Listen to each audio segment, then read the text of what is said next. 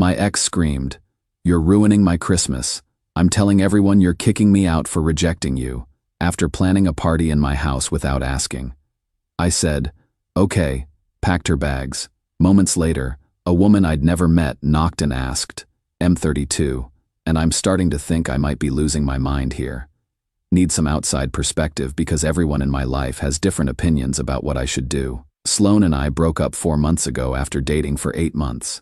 It wasn't dramatic or ugly. We just realized we wanted different things. She's more of a free spirit, spontaneous, likes to keep her options open. I'm more of a planner, like stability, want to build something lasting. We tried to make it work, but eventually had to accept we were incompatible. Here's where it gets complicated. I own my house outright, inheritance from my grandfather, and Sloan had been living with me for the last 3 months of our relationship. When we broke up, she asked if she could stay until she found a new place, since she'd given up her apartment to move in with me. I said yes because it felt like the decent thing to do. She was looking for work, money was tight, and honestly, I felt guilty about the breakup even though it was mutual. I've been financially burned before. My last ex disappeared with my credit cards and left me in debt for months, so I'm probably too careful about not seeming stingy or controlling. That was 4 months ago. She's still here. At first, it was fine. She was respectful, kept to herself mostly, actively job hunting. But over the past 2 months, things have changed. She's gotten comfortable. Too comfortable. She started bringing friends over without asking, not just for dinner or hanging out. I'm talking about people I don't know staying overnight, using my guest room, eating my food. When I mentioned it bothered me, she said I was being unwelcoming and that she didn't think I'd mind since it's not like we're together anymore. She stopped contributing to household expenses entirely. Doesn't buy groceries, doesn't help with utilities, doesn't clean. I've been essentially running a free boarding house for someone who treats me like an annoying roommate in my own home. Last week was the final straw. I came home from work to find her in my kitchen planning a Christmas party, not asking about having a party, planning one. She'd already invited 20 people, ordered catering, bought decorations. "Oh, Connor's here," she said to her friend on speakerphone. "Yeah, I told everyone Saturday night. It'll be perfect. The house is big enough, and obviously everyone's invited." Obviously everyone's invited to my house, for a party I knew nothing about. When I asked her what was happening, she acted like I was being weird for not knowing about the party she was throwing at my house. "It's Christmas, Connor. I wanted to do something nice for our friends." "Our friends?" "You know what I mean. My friends, your friends, mutual friends. It's the holidays." I told her we needed to talk about boundaries, and that's when she got upset, said I was being controlling, that she thought we were past this kind of petty stuff, that she was just trying to bring some joy into the house since I'm always so serious. "Sloan, this is my house. You can't plan parties here without asking me. I didn't think you'd mind. It's not like you have other plans." That's when I realized how far this had gone. She's been living in my house rent-free for 4 months, and somewhere along the way, she'd started acting like it was hers. I told her she needed to find somewhere else to live by the end of the month. Her reaction was intense. She accused me of ruining her Christmas, of being vindictive about the breakup, of kicking her when she's down. Said her friends would never forgive her for canceling the party, that I was destroying her happiness out of spite. But here's the thing. I'm not being spiteful. I'm just exhausted. Living with someone you're not in a relationship with is weird enough. Living with someone who treats your house like their personal event venue while contributing nothing is unsustainable. My mom thinks I should let her stay through the holidays because it's the right thing to do. My friend Qley thinks I should have evicted her months ago and that I'm being a pushover. Update 1. After my last post, I decided to be firm about the move-out date. I gave Sloan formal written notice that she had 30 days to find alternative housing, effective immediately. Her reaction was nuclear. First came the tears and guilt trips. I was being heartless, destroying her life, punishing her for being honest about our relationship incompatibility. Then came the anger. How dare I treat her like a stranger after everything we'd shared? How could I be so cruel during the holidays? When neither of those worked, she shifted tactics. "You know I have tenant rights, right? You can't just kick me out. Sloan, you're not paying rent. You're not on any lease. You're a guest who's overstayed. I've been living here for 7 months total. In Tennessee, that establishes tenancy. You have to go through proper eviction procedures. I stared at her, trying to figure out when my ex-girlfriend had become a legal expert on tenant law. Turns out she'd been researching this. Found browser history on our shared computer, searches for Tennessee squatter rights, how to establish tenancy, preventing wrongful eviction. She'd been planning for this conversation. Sloan, are you seriously threatening to sue me for asking you to move out of my house? I'm protecting myself from illegal eviction. You can't just decide someone doesn't live somewhere anymore because you're having feelings about it. The audacity was breathtaking. 4 months of free housing, utilities, food, and now she wanted to make me legally fight to get my own house back. But it got worse. She started a social media campaign, posted this long Facebook rant about how her cruel landlord was trying to evict her right before Christmas, how heartless it was to throw someone out in winter, how she was being punished for refusing to pay rent with her body after their breakup. That last part really pissed me off because it implied I was demanding sexual favors for housing, which never happened. I asked her to remove it, and she said she was just telling her truth about the situation. My phone started blowing up with messages from mutual friends asking what was going on. Some were supportive, saying they'd noticed her taking advantage of my generosity. Others thought I was being harsh, especially with holiday timing. Her friend Elaine actually called me to yell about how I was destroying Sloane's mental health, and how real men don't abandon women when things get hard. Real men, like I was supposed to provide free housing forever because I have a Y chromosome. The legal research was what really got to me, though. She'd been living in my house, eating my food, planning parties without permission, all while secretly researching how to make it legally difficult for me to get her out. That's not someone going through a hard time. That's someone who's been strategically taking advantage of my kindness. I called a lawyer yesterday. Good news is that Tennessee law is more reasonable than Sloan thinks. Since she's never paid rent and there's no written agreement, she's legally a guest, not a tenant. I can ask her to leave, and if she refuses, it becomes trespassing. Bad news is that the process still takes time, and she knows exactly how to make it as difficult as possible. I've started documenting everything: the party planning without permission, her friends staying over, her refusal to contribute to expenses. My lawyer says having a record of boundary violations will help if this goes to court. Meanwhile, she's acting like nothing happened. Still bringing friends over, still making herself at home, still acting like I'm the crazy one for wanting my own space back. My friend Silas came over yesterday and was shocked at how comfortable she'd gotten. Dude, she's redecorated your living room. She moved your furniture around and put up her own art. This isn't someone who's temporarily staying here. He was right. I hadn't noticed because it happened gradually, but she'd basically taken over my house. Her stuff was everywhere. My stuff was moved around to accommodate hers, and somehow I'd become a guest in my own home. Update 2. I thought I understood the scope of what I was dealing with. I was wrong.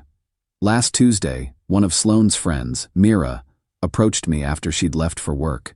She seemed nervous, like she was debating whether to tell me something. Connor, I need to ask you something, and please don't tell Sloane I brought this up. Okay. She's been charging me $200 a month to stay in your guest room when I'm in town for work. She said you were cool with it and that the money was for household expenses. But I'm starting to think you don't know about this arrangement. My blood went cold. How long has this been going on? 8 months. Since before you two broke up. I travel to Nashville for work twice a month and Sloane said I could use the guest room instead of staying in hotels. 8 months. She'd been running a bed and breakfast operation out of my house for 8 months, charging friends for access to my guest room, and I'd had no idea. Mira, I've never agreed to any of this. I didn't even know you were paying her anything. Oh God, I'm so sorry. I thought this was legitimate. She showed me her bank statements to prove the money was going to household expenses. Bank statements. She had documentation of this scheme. After Mira left, I started paying closer attention to who was coming and going. Turns out it wasn't just her. There's a guy named Jarek who's been staying every other weekend for work trips. A woman named Brielle who uses the guest room when she's visiting her boyfriend in the city. All of them paying Sloane for the privilege of staying in my house. All of them under the impression that I was aware and okay with this arrangement. I did some math. If she's been charging $200 per person and has 3 regular guests, that's $1,800 a month in income she's been generating from my property. For 8 months, that's over $14,000 she's made from my house while contributing nothing to actual expenses. But it gets worse. I was helping my neighbor Qley with his internet setup yesterday when he mentioned something strange. "Hey, isn't that your ex-girlfriend? The one who lives with you? We broke up months ago, but yeah, she's still staying here temporarily. Weird. She was on my dating app matches yesterday, and her profile said she lived alone in this neighborhood. Used a picture of your front porch as her main photo. She's been using my house on dating apps, my address, my front porch, presenting herself as a homeowner to potential dates. When I confronted her about all of this, her response was unbelievable. I was helping with expenses. I thought you'd appreciate me contributing to the household. Sloan, you were charging people to stay in my house without telling me. That's not contributing to expenses. That's profiting off my property. The money went to groceries and stuff for when guests were here. You haven't bought groceries in 4 months, and you've made thousands of dollars charging people rent for my guest room. I needed income. You know I've been struggling financially. So you decided to start a business using my house without my permission?" That's when she said something that made me realize how little respect she had for me. "It's not like you were using the guest room anyway. I was maximizing the value of unused space. Maximizing the value of unused space in my house that she doesn't pay for." I found out about the dating app thing because she'd matched with my neighbor. She'd been presenting my house as hers to men she was trying to impress. When dates came over, she'd give them tours of her place, show off her garden, talk about her neighborhood. My lawyer was fascinated by all this when I told him. Apparently, using someone's property for commercial purposes without permission is a much bigger legal issue than just overstaying as a guest. She's essentially been running an illegal bed and breakfast out of your house while committing identity theft on dating apps. This changes things significantly. I asked all of her paying guests to leave immediately. Most were understanding once they realized the situation, though Jarrett got angry and demanded a refund from Sloan. She's been sulking ever since, acting like I'm the unreasonable one for shutting down her business operation. Keeps muttering about how I'm preventing her from being self-sufficient and blocking her path to independence. The cognitive dissonance is staggering. She thinks charging people rent for my guest room while paying no expenses herself is independence. Edit. Several people have asked about pursuing charges for the unauthorized rental income. My lawyer says it's possible, but I mostly just want her out of my house. I'm not looking to destroy her life, just reclaim my own. Edit 2. To those asking how I missed this for so long, she was good at scheduling around when I'd be home, and I trusted her when she said friends were just visiting. I didn't realize money was changing hands. Edit 3. Mira felt terrible about the whole thing and offered to testify about the rental arrangement if needed. She genuinely thought it was a legitimate sublet situation. Final update. This saga finally ended, but not in any way I could have predicted. I'm writing this from my quiet, empty house, and honestly, it's the most peaceful I've felt in months. After my last update, the situation got tense fast. Sloan realized her rental scheme was exposed and that I had documentation of everything. Her lawyer apparently told her she had no legal standing to stay, especially with the unauthorized commercial use of my property. But instead of gracefully accepting that she needed to leave, she decided to make the process as difficult as possible. She started bringing more people over, not paying guests this time, but friends who would stay late, make noise, and generally make my house feel unsafe. When I asked her to stop, she'd say she had a right to have guests until her move-out date. The breaking point came when I got home from work last Thursday to find 5 strangers in my living room drinking my beer and playing video games on my TV. Sloan was nowhere to be found. "Where's Sloan?" I asked. She went to the store. Said we could hang here until she got back. These people didn't know me, had never met me, and were treating my house like a hangout spot while my ex-girlfriend ran errands. I asked them to leave and called Sloan. She was furious that I'd embarrassed her in front of her friends, and said I was being controlling and weird about the situation. That night, I told her she had 48 hours to be completely moved out, or I was filing a trespassing complaint with the police. Moving day was chaos. I took the day off work to supervise. thinking it would be straightforward. Instead, I watched Sloane try to pack my belongings along with hers. "That's my couch," I said as her friend Rook started carrying it toward the truck. "You gave it to me for my birthday." "Sloane, we broke up before your birthday, and I bought that couch 3 years ago." "Well, you said I could use it whenever I wanted." This went on for hours. She claimed my coffee maker was a gift. My dining room chairs were shared purchases, even though I had receipts showing I'd bought them before we met. She tried to take my TV, my blender, even tools from my garage. The most surreal moment was when she grabbed my grandmother's mixing bowls from the kitchen. "These weren't gifts, Sloane. They were my grandmother's. I've been using them for months. They're practically mine now." That's when I called the police. The officer who responded was a middle-aged woman who'd clearly seen this kind of thing before. She listened to both sides, looked at the receipts and photos I'd pulled up on my phone, and calmly explained to Sloane that you can't claim ownership of someone's belongings just by using them.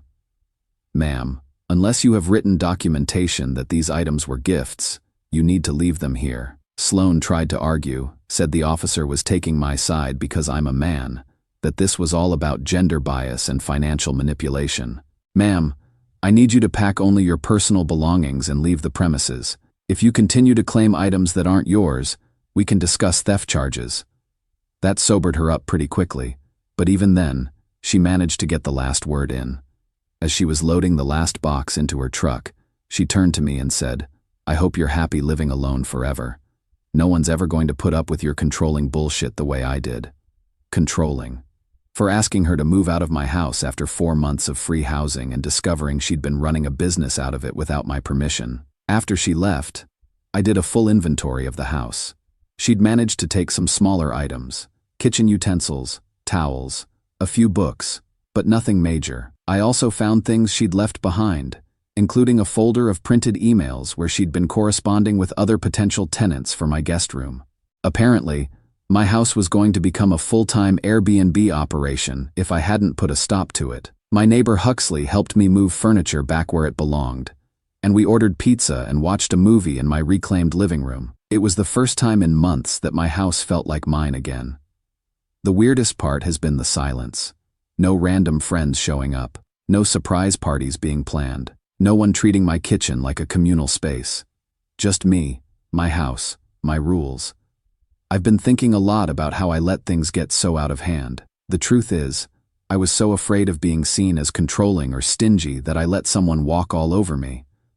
I confused kindness with being a doormat. My previous ex stealing my credit cards taught me to be careful about money, but it also made me overcompensate by being too generous with everything else. I thought being understanding and accommodating would protect me from being taken advantage of again.